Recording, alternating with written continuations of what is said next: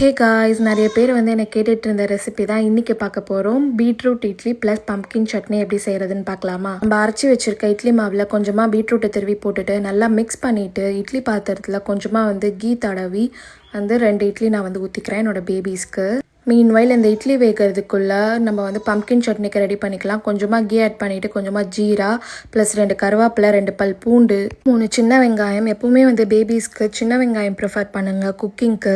Plus cut பண்ணி வச்சுருக்க பம்ப்கினையும் நம்ம வந்து ஆட் பண்ணிவிட்டு நல்லா வந்து அந்த கீலையே சாட்டே பண்ணி பம்ப்கின் வேகிறதுக்காக கொஞ்சமாக வந்து தண்ணி ஆட் பண்ணிவிட்டு ஒரு லிட் போட்டு வந்து மூடிக்கலாம். பம்ப்கின் வெந்திருக்கான்னு செக் பண்ணி பார்த்துட்டு நல்லா குக் ஆகியிருக்க இந்த பம்ப்கின் ப்ளஸ் வாட்டரை வந்து பிளெண்டருக்கு ட்ரான்ஸ்ஃபர் பண்ணிவிட்டு நம்ம வந்து நல்லா லிக்விட் கன்சிஸ்டன்சியில் நம்ம வந்து சட்னி வந்து அரைச்சிக்கலாம். அடுத்து நல்லா வெந்திருக்க இந்த பீட்ரூட் இட்லி எடுத்து எப்பவுமே வந்து இந்த மாதிரி கட் பண்ணிவிட்டு நம்ம வந்து சட்னியை ஊற்றினோன்னா நல்லா வந்து இட்லியில் போய் இறங்கும். நல்லா தளர சட்னியை ஊற்றி என் பேபி சாப்பிட்ற கன்சிஸ்டன்சிக்கு பிசைஞ்சு நான் வந்து ஊட்டி விட்டுருவேன். என் பேபிஸோட ரொம்பவே ஃபேவரட்டான டிஷ் இது. உங்கள் பேபிஸ்க்கு ட்ரை பண்ணி பார்த்துட்டு சொல்லுங்கள்.